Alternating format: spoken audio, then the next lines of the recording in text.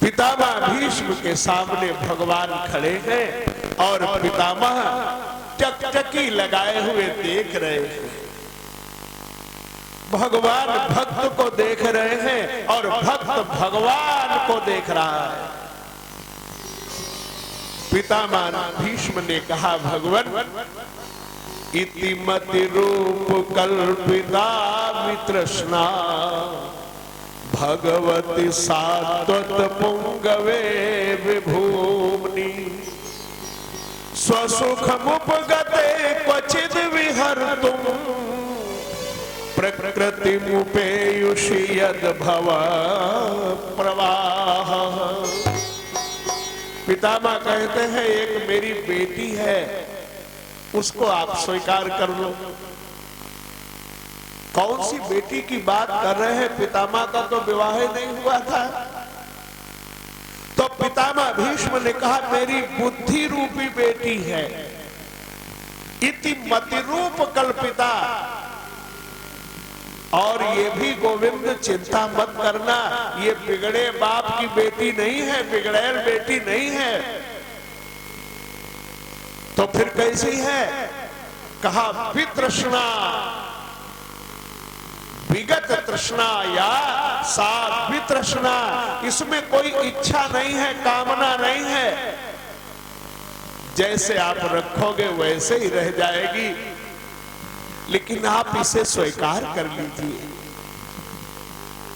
पितामह भीष्म ने उस युद्ध भूमि का भी चिंतन किया, स्मरण किया और भगवान को देखते देखते ही उन्होंने अपने मन की वृत्तियों को भगवान में ही समाहित कर दिया।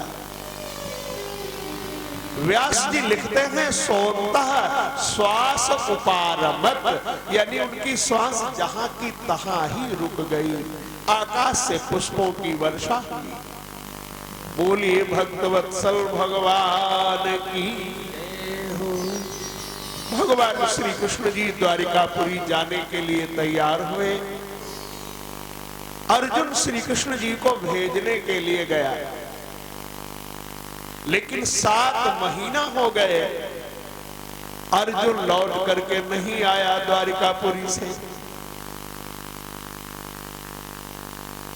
महाराज युधिष्ठिर भीम से बातें कर रहे हैं, भैया भीम, गता सप्ताधुना मासा भीमसेन तवानुजः नायाति कस्य वा हेतो नाहं वेदेदमंजसा। 7 महीना हो गए, लेकिन अर्जुन न तो लौट के आया, न उसने कोई श्री कृष्ण की खबर बताई। पता नहीं वो यदुवंशी कैसे होंगे, किस हाल में होंगे। भीम ने कहा, भैया ये समय हम लोगों के अब विपरीत मालूम पड़ता है। भीम ने एक घटना सुनाई कि अपने राज्य में एक सेठ ने पंडित जी के हाथों एक मकान बेचा। पंडित जी उस मकान में नवनिर्माण के उद्देश्य से नींव खुदवाए रहे थे। तब तक वहां नींव खोदते समय उसी नींव में से एक मोहरों से भरा हुआ घड़ा निकला। पंडित जी ने सेठ जी को खबर की, भाई सेठ जी, हमने जो मकान की रजिस्ट्री कराई थी आपसे, उसमें ये मोहरों से भरा हुआ घड़ा निकला है, आप ये मोहरें ले जाओ। क्योंकि हमने मकान खरीदा है, मकान के पैसा दिए, हमने मोहरें थोड़े खरीदी हैं, इन मोहरों पर हमारा कोई हक नहीं है, आप ले जाओ। ईमानदारी से बताओ, अगर ऐसा अपने लोगों के साथ हो जाए तो क्या खबर करोगे जिससे खरीदा है? क्यों शुक्ला जी? ना ही करी जाए खबर। हमारी समझ से तो लेबरों की भी छुट्टी कह दोगे, कहोगे अपनी दिहाड़ी ले जाओ, घरे जाओ। और अपने आप लग के दुल्हन के लगाए के लड़का बच्चन के लगाए के खोदोगे कि एक घड़ा मोहरे निकरी, का पता 2-4 घड़ा निकरिया हुआ जलवा हो जाए।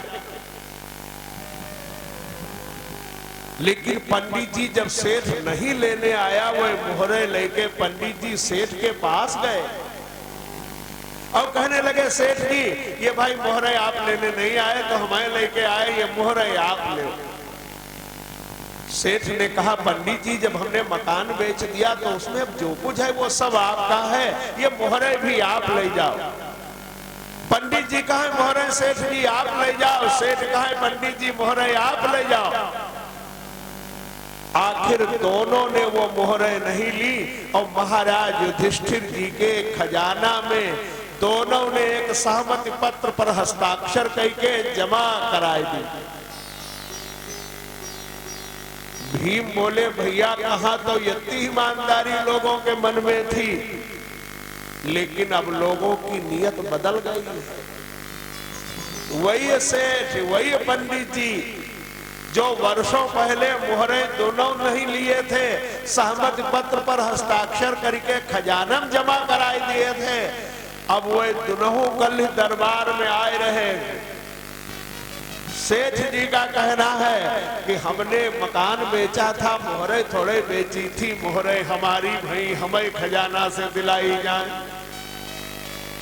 और पंडित जी का कहना है जब हमने मकान ही खरीद लिया तो उसमें जो कुछ है प्रॉपर्टी वो सब हमारी हुई, इसलिए खजाना से मोहरे हमको दिलाई जाए। ये भीम ने अपना अनुभव बताया। युधिष्ठिर जी ने कहा, हमको भी अशुभ संकेत मिल रहे हैं, पशु पक्षियों की आवाजें बड़ी विचित्र विचित्र सुनाई पड़ रही हैं। हमको ऐसा लग रहा है कि आंगन में कोई स्त्री काली काली धोती पहने रोए रही है खड़ी। नकुल ने कहा, भैया हमको भी दिखाई पड़ा कि गाय बछिया का दूध पी रही है, यानी आगे कलिकाल आने वाला है और कलिकाल में बेटियों का भी धन माँ बाप हड़प लिया करेंगे। सहदेव ने कहा, भैया हमने भी देखा एक हाथी दोनों तरफ से खा रहा था। कलयुग में वादी प्रतिवादी दोनों से रिश्वत पड़ेगी, दोनों से पैसा लिए जाएंगे, फैसला करने वाले ऐसे ही होंगे। ये बातें हो रही थी, तब तक सामने अर्जुन आता हुआ दिखाई पड़ा। महाराज युधिष्ठिर जी ने कहा, भैया भीम देखो, क्या ये वही अर्जुन है जिसने महाभारत के युद्ध में बड़े बड़े वीरों के छक्के छुड़ा दिए? आज मुखमंडल कांतिहीन है, सिर नीचे झुका हुआ है। बात क्या है? अर्जुन समीप में आया। महाराज युधिष्ठिर जी ने पूछा, भैया ये क्या हुआ तुझे? ऐसा तो नहीं कोई दीन दुखी तुम्हारी शरण में आया हो, तुम उसकी रक्षा न कर पाए हो? कोई दुखियारी रोती बिलखती तुम्हारे पास आई हो और तुम उसकी रक्षा न कर पाए हो, उसका सतीत्व न सुरक्षित रह पाया हो? कोई भूखा भोजन के लिए तड़प करके मर गया हो आपके सामने? अर्जुन ने कहा, भैया आज जो मेरे साथ घटना घटी है, उस घटना ने मुझे झकझोर करके रख दिया। वंचितो हम महाराज हरिणा बंधुरूपिणा, ये न में पहृतम तेजो देव विस्मापनम महत। आज भैया हम आ रहे थे, श्री कृष्ण जी ने मुझसे कहा इन गोपियों को घर तक सुरक्षित पहुंचा देना। मैंने कहा, गोपियों से अगर कोई तुमको परेशान करने को सोचे तो हमारा नाम बताई देना। भगवान ने कहा, नहीं नहीं तुम साथ ही चले जाओ, कोई घटना घट जाएगी तो बदनामी होगी हमारी। अर्जुन कहता है कि मैं जा रहा था उन गोपियों को भेजने, लेकिन मार्ग में भीलों ने आक्रमण कर दिया और गोपियों के गहने और वस्त्र सब भीलों ने लूट लिए। मैं कुछ नहीं कर पाया। इसीलिए लोग कहते हैं पुरुष बलि नहीं होत है, समय होत बलवान। पुरुष बलि नहीं होत है, समय होत बलवान।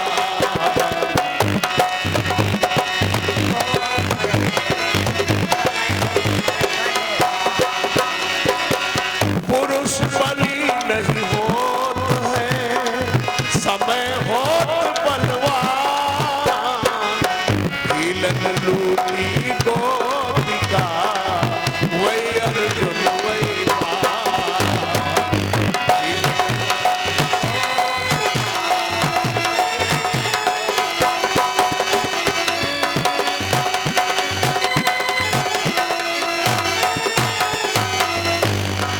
भीलन लूटी गोपिका, वही अर्जुन वही पान।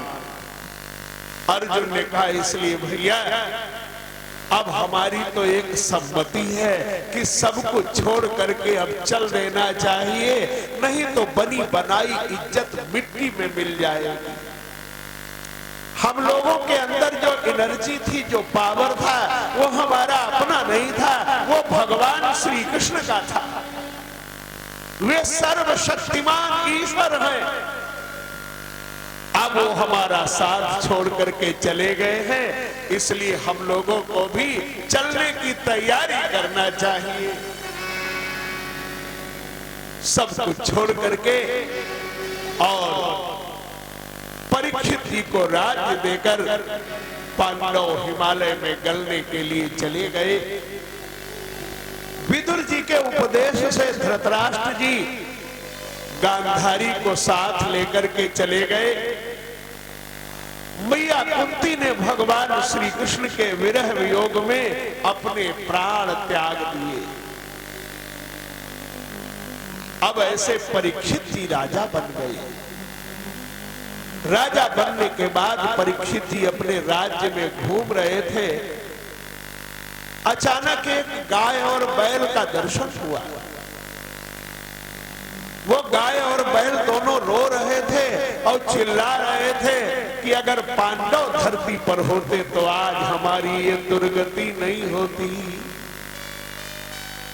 परीक्षित जी के कानों में आवाज पड़ी कि ये तो कोई मेरे पूर्वजों का नाम ले रहा है। अरे पांडव नहीं है तो क्या पांडव वंश नष्ट थोड़े हो गया? पांडव वंशधर परीक्षित अभी है। क्या दुख है तुमको? दोनों का परिचय जान लिया कि गाय के रूप में पृथ्वी है और बैल के रूप में धर्म है। दोनों ने कहा हमारी पीड़ा का कारण ये पीछे जो कलयुग आ रहा है, इस कलयुग ने हमको सता रखा है। परीक्षित जी कलयुग को मारने के लिए बढ़े, लेकिन कलयुग ने कहा महाराज जी हम दोषों के भंडार तो हैं ही वैसे, लेकिन हमारे अंदर कुछ गुण भी हैं। क्या गुण है? कलयुग ने कहा हमारे अंदर पहला तो गुण ये है कि यत् फलम नास्ति तपसा न योगेन समाधिना तत्फलम लभते सम्यक कलौ केशव कीर्तना। अन्य युगों में जो तपस्या से समाधि से पुण्य मिलता था, जप करने से ध्यान करने से पुण्य मिलता था, वही पुण्य कलयुग में भगवान का नाम लेने से मिल जाता है। नहीं कलि करम न भगति विवेक, नहीं कलि करम न भगति विवेक,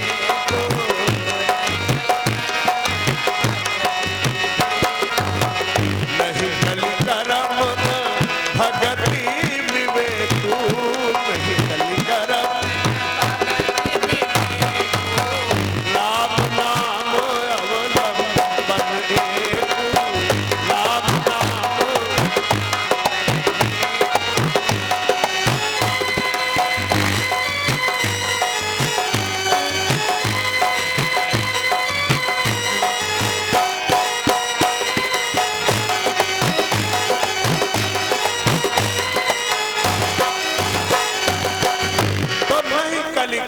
न भगत विवेकु, राम नाम अवलंबन एकु। और दूसरी बात कलयुग ने कही, कलि कर एक पुनीत प्रतापा, और मानस पुण्य होई नहीं पापा। कलयुग में मन में भी अगर कोई सोचेगा तो खाता में पुण्य लिख ली जाएगी, और पाप जब तक नहीं करेगा तब तक नहीं लगेगा। लेकिन अब अगर ये सोच लो कि जब मनमा सोचे पर पुण्य लिखी जाएगी, तो रोज थोड़ी देर सोच लेंगे और सोच सोच यदि पुण्य इकट्ठा कर लेंगे कि वह रजिस्टर हम दूसरे के लिए जगह ही नहीं छोड़ेंगे, हमारी ही पुण्य सब रजिस्टर भर जाएगा। तो केवल सोचने से काम नहीं चलेगा। जैसे भूख लगी हो बहुत जोर और तुम सोचो मन है, तो क्या भूख मिटेगी? अंधेरे कमरे में बैठे हो और सोचो खूब, बल्ब का स्विच ऑन न करो, लालटेन न जलाओ, व्यवस्था न करो कुछ प्रकाश की, कैंडल न जलाओ, तो क्या सोचने से उजेला हो जाएगा कमरे में? तो इसलिए केवल सोचने से काम नहीं चलेगा, यानी विचार करो और उसके बाद क्रियात्मक रूप में परिणत करने के लिए प्रयत्न करो,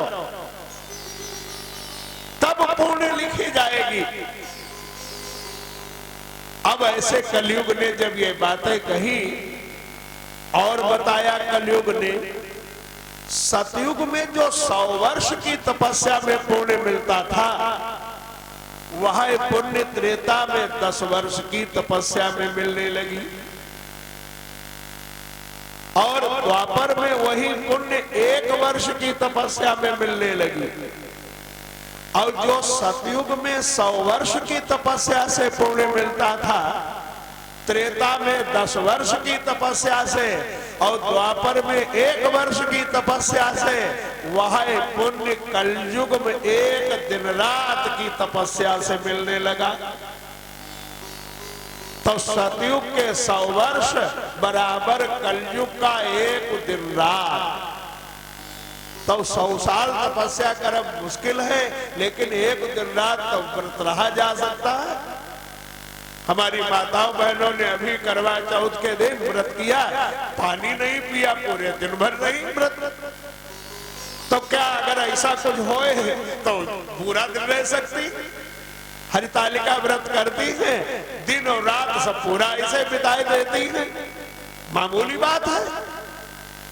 तो भैया ऐसे कलयुग ने अपनी अच्छाई बताई, परीक्षित जी खुश हो गए उससे।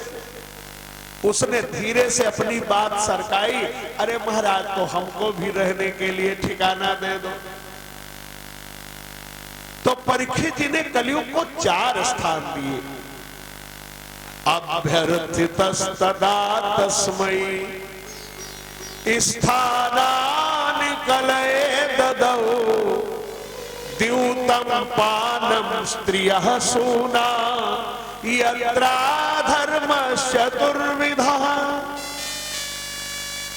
जहां जुआ खेला जाता हो, जुआरी आदमी सत्यवादी नहीं हो सकता, और जो ईमानदार हो वो जुआ खेलबो न करे।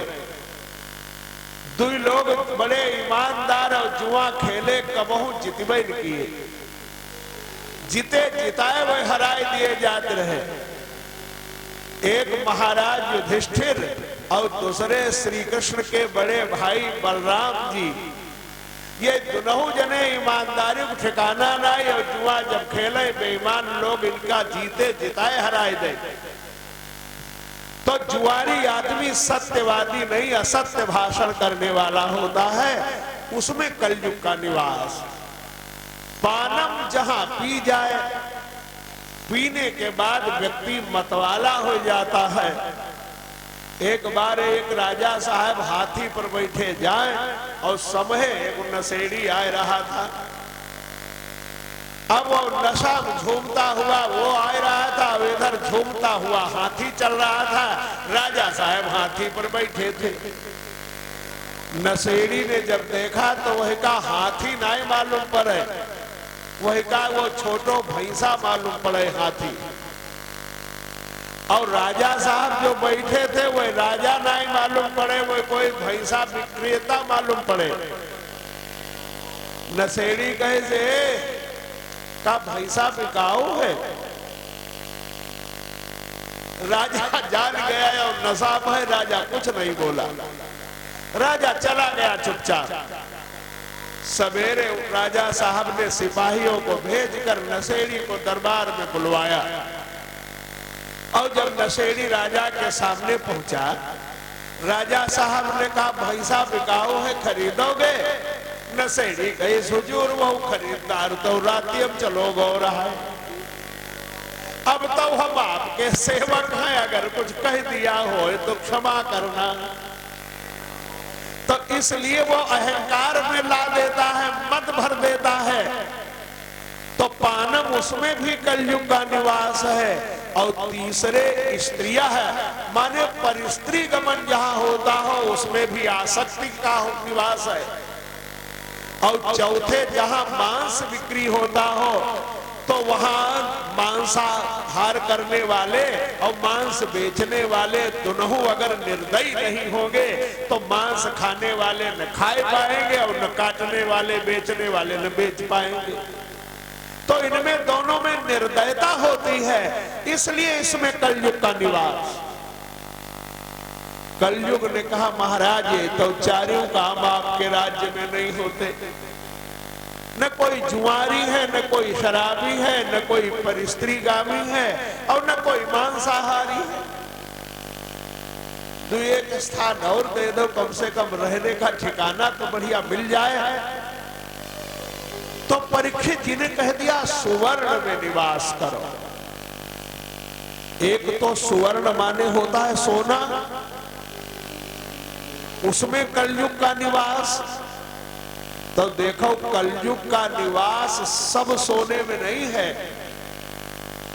एकादश स्कंध में इसी भागवत में लिखा है, भगवान कहते हैं जब भगवान ने अपनी विभूतियों का वर्णन किया तो भगवान ने कहा उच्चैश्रवा तुरंगाणाम धातूनामस्मि कांचनम। भगवान कहते हैं घोड़ों में उच्चैश्रवा घोड़ा हम हैं और धातुओं में सोना हम हैं। सोने में भगवान का निवास है। इसीलिए मरने वाले व्यक्ति के मुख में कहते हैं तुलसी दल डाल दो, गंगा जल डाल दो और न कुछ मिले सोने का टुकड़ा डाल दो, क्योंकि उसमें भगवान का निवास है। तो अब सोने में परीक्षित जी ने कह दिया कलयुग का निवास है, तो कौन सोने कलयुग का निवास है और कौन सोने भगवान का निवास है? जो सोना केवल खरीद कर पहन लिया जाता है दुकान से, उसमें कलयुग का निवास है। अगर आप चाहते हो सोने में भगवान का निवास हो जाए तो जब सोना खरीदो तो बाद थोड़ा मीठा भी खरीदो और घर में ले आओ और भगवान के पास सेवा में रखो और जो भी भगवान की सेवा में अर्पण करो तो वो भगवान को भोग लगाए दो। न मंत्र कह सको तो इतना ही कह लो तुम ही निवेदित भोजन करही प्रभु प्रसाद पट भूषण धरही। और फिर भगवान को भोग लगाने के बाद वो क्या करो कि वो सोना चांदी जो गहना लाए हो वो पहन लो और वो मीठा जो भगवान को भोग लगाए हो वो बांट दो। तो उसमें कलयुग का निवास नहीं भगवान का निवास हो जाएगा। तो एक तो सोने में कलयुग का निवास बता दिया है, किस सोने में कलयुग का निवास है, किसमें भगवान का निवास है, ये भी हमने बता दिया। अब सुवर्ण में कलयुग का निवास है। सुवर्ण माने सुंदर रूप रंग देख करके कहीं आपका मन विचलित न हो जाए। इसलिए एक संत ने लिखा है कि ओरे पंछी मन का संतुलन हाँ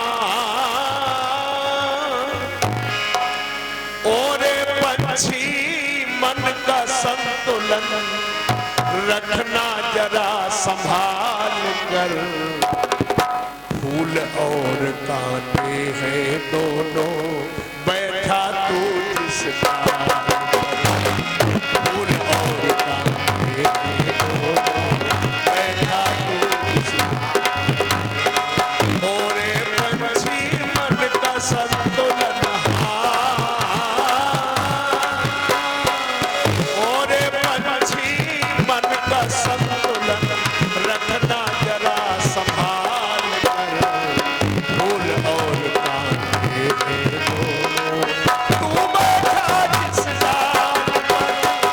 फूल और कांटे हैं दोनों, तू बैठा जिस डाल पर। फूल और कांटे हैं दोनों, तू बैठा जिस डाल पर। मन का विश्वामित्र कहीं पर आत्मनियंत्रण खो ना बैठे। मन का विश्वामित्र कहीं पर आत्मनियंत्रण खो ना बैठे। रूप राशि की किसी मेनका को अपना दिल देना बैठे। रूप राशि की किसी मेनका को अपना दिल देना बैठे। योग में कर दे कहीं निछावर,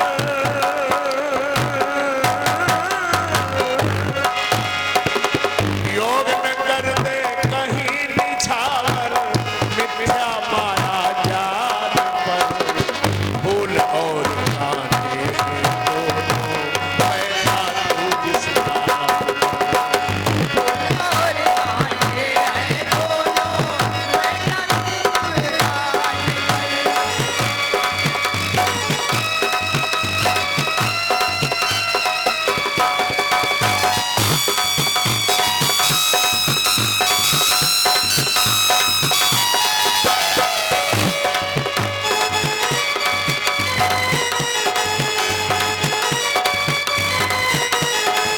ओरे पंछी मन का संतुलन रखना जरा संभाल कर। फूल और कांटे हैं दोनों, तू बैठा जिस डाल पर। फूल और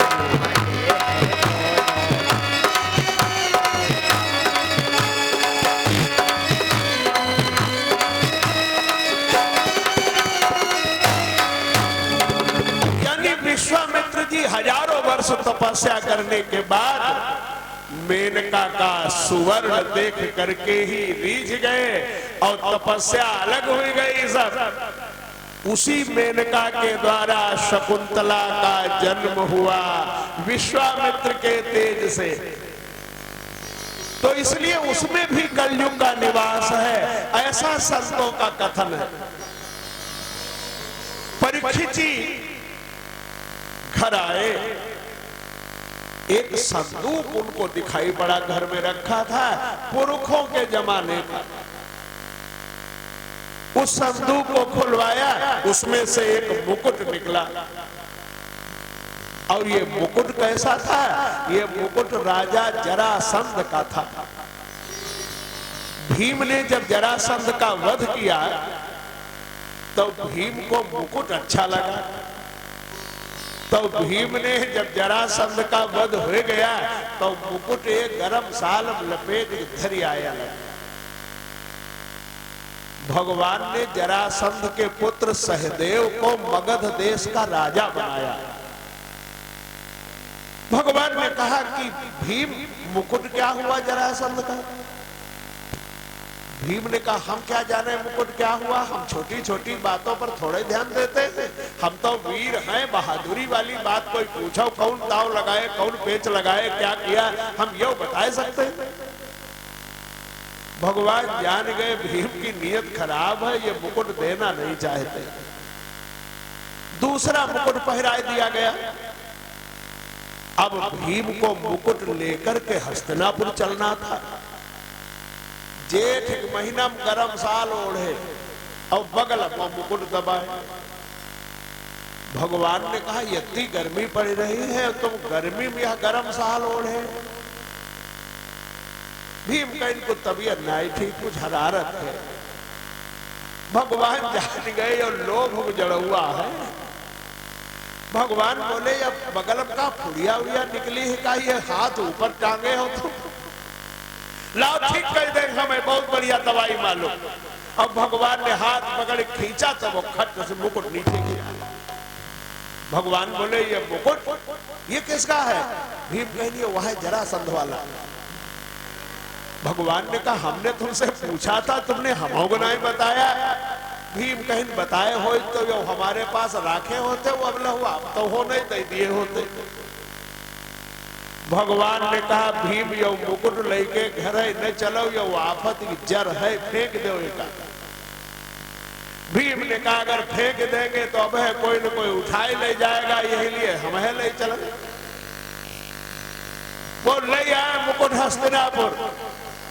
श्री कृष्ण जी ने वो मुकुट एक संदूक बंद कराए दिया। कहा जब तक हम आज्ञा न दे तब तक ये बक्सा खोला न जाए। पांडवों ने अपने जीवन में कभी वो बक्सा खुलबे नहीं किया। अब श्री कृष्ण भी चले गए, पांडव भी चले गए, वह बक्सा परीक्षित जी ने खुलवाया। अब अपने दादा परदादा वाला मुकुट उतारे रख दिया और नया मुकुट वो जरासंध वाला साफ कराए पहन लिया। इसलिए बुद्धि में कलयुग बैठ गया।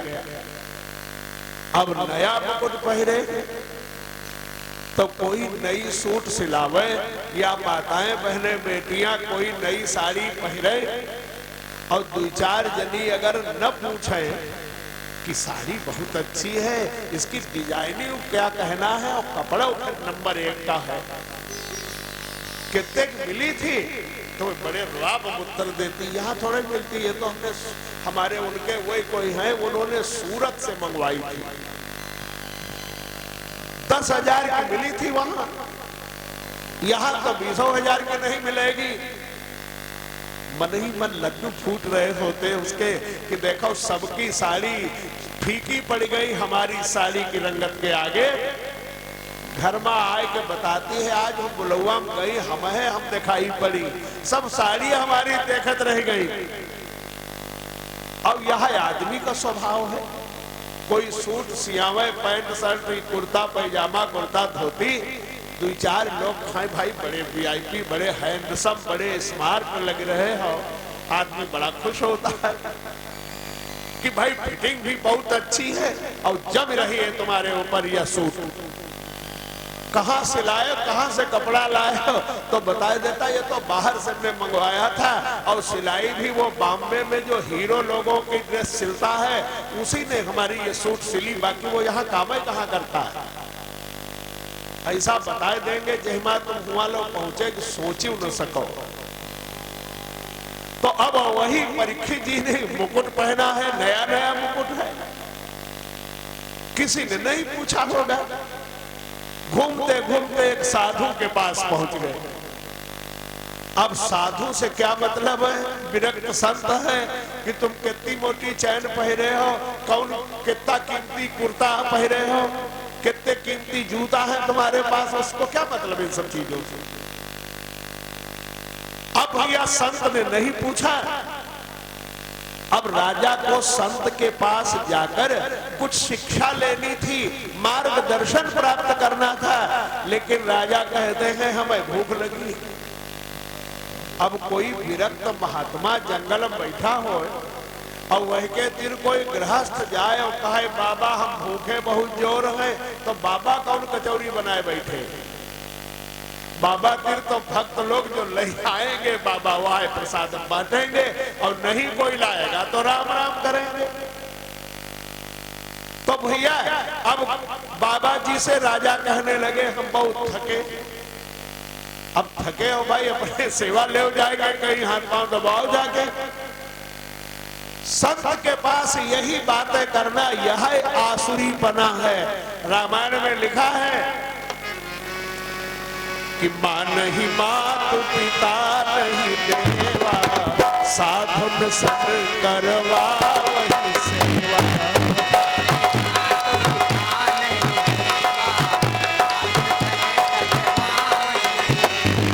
जिनके ये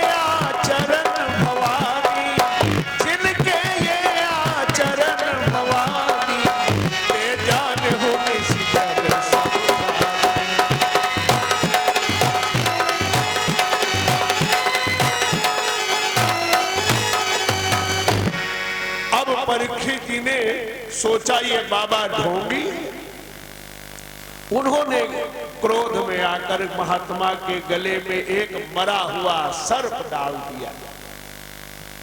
महात्मा जी को तब भी कोई असर नहीं पड़ा, लेकिन महात्मा जी के गले में सर्प डालकर परीक्षित जी को बड़ी प्रसन्नता हुई कि यह साधु सोए गया है और जब जागेगा तब इसको भय लगेगा। राजा परीक्षित से यही गलती हो गई, असली महात्मा को नकली महात्मा समझ बैठे। महात्मा भी असली थे और समाधि भी असली थी, लेकिन राजा ने महात्मा और समाधि दोनों नकली समझी। और रामायण में राजा प्रताप भानु से यही गलती हुई गई। राजा प्रताप भानु ने नकली महात्मा को असली समझ लिया और उसकी बातें नकली थी, वही बनावटी, वही असली समझ ली। दोनों के जीवन में समस्या पैदा हो गई। परीक्षित जी आए, अब इधर उन मुनि का, समीक मुनि उनका नाम था, उनके पुत्र का नाम था श्रृंगी। अब उस श्रृंगी बालक को किसी ने बता दिया कि तुम्हारे पिताजी के गले में मरा हुआ सर्प डाल दिया है किसी ने। उसने वही हाथ में जल लिया। 8 वर्ष का बच्चा था केवल। इति लंघित मर्यादम तक्षकः सप्तमे हनि दंक्षयति स्म कुलांगारम चोदितो मे ततद्रुहम्। जिसने मेरे पिता का अपमान किया है, 7वें रोज तक्षक उसको डस लेगा और उसकी मृत्यु हो जाएगी। ऐसे शाप देकर वो क्रोध से कांपता हुआ आया और पिताजी के गले से मरा हुआ सर्प निकालकर दूर फेंक दिया और जोर जोर से रोने लगा। महात्मा शमीक जागे, बेटा क्यों रो रहे हो? कहा पिताजी किसी ने आपका अपमान किया, मरा हुआ सर्प डाल दिया गले में, मैंने वो देखो निकाल कर फेंका है, लेकिन जिसने अपमान किया है उसको मैंने शाप दे दिया है, 7वें रोज तक्षक के डसने से उसकी मृत्यु हो जाएगी। महात्मा ने कहा बेटा तुमने अच्छा नहीं किया। अपराधी राजा नहीं था, परीक्षित जैसा धर्मात्मा राजा न भूतो न भविष्यति,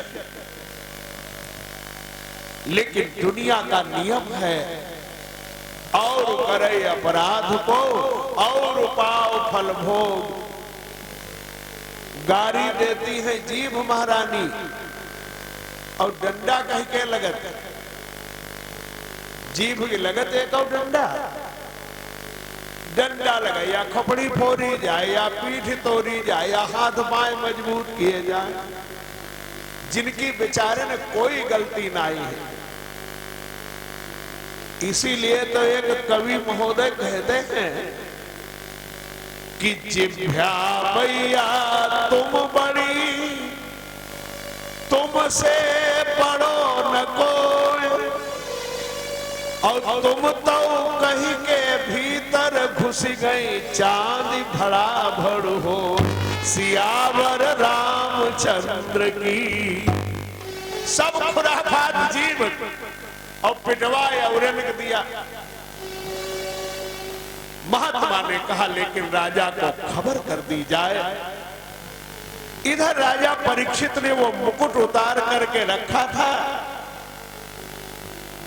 पहले से ही पछताने लगे, हाय मैंने ये क्या किया, मेरे शरीर से प्राण क्यों नहीं निकल जाते। एक महात्मा का अपमान करने से पहले मेरी मृत्यु क्यों नहीं हो गई। तब तक सूचना मिली कि आपको शाप मिल चुका है, 7वें रोज तक्षक के डसने से आपकी मृत्यु हो जाएगी। परीक्षित जी ने अपने सिर पर अंजलि बांध करके शाप स्वीकार कर लिया।